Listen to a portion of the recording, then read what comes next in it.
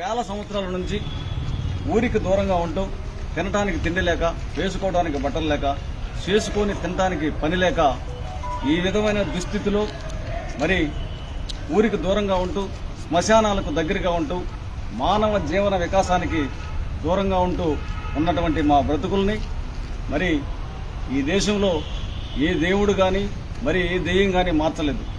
మా బతుకుల్ని సమసమాజంలోకి తీసుకొచ్చినటువంటి వ్యక్తి బాబాసాహెబ్ డాక్టర్ బిఆర్ అంబేద్కర్ గారు.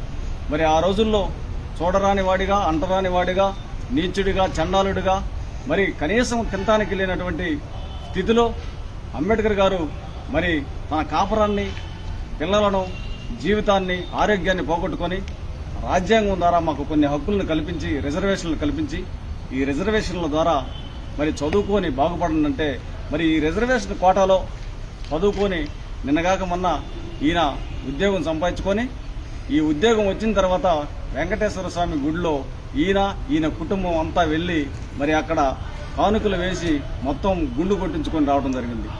నీకు ఉద్యోగం రావడానికి గల కారణం ఎవరు? నీకు రిజర్వేషన్ కోటాను సంపాదించి పెట్టింది ఎవరు? నిన్ను సమసమాజంలోకి తీసుకొచ్చినటువంటి వ్యక్తి ఎవరు? ఇవన్నీ చదువుకున్న మూర్ఖులారా తెలుసుకోవాలని మాలమహానాడు తరపున ఈరోజు మరి అంటరాని వాడి వేషధారణతో చిన్న మరి ప్రకాశం జిల్లా ఒంగోలులో నాటకీయ పరిమాణాన్ని ఏర్పాటు చేయడం జరిగింది. కాబట్టి దీని ద్వారా ఈ రాష్ట్రంలో ఉన్నటువంటి దళిత గిరిజనులందరికీ మాలమహానాడు తరపున తెలియజేస్తున్నాను, మీరు చదువుకున్న మూర్ఖుల్లాగా ఉండకుండా చదువుకున్నారు, మరి సమసమాజంలోకి వచ్చారు, ఉద్యోగాలు సంపాదించుకున్నారు, రాజకీయంలో మరి ఎమ్మెల్యేలు, మంత్రులుగా రిజర్వేషన్ కోటాలో ఉంటున్నారు. దీనికి గల కారణం ఎవరు? దేవుడు కాదు కారణం, మనకి నిజమైన దేవుడు అంబేద్కర్ గారని.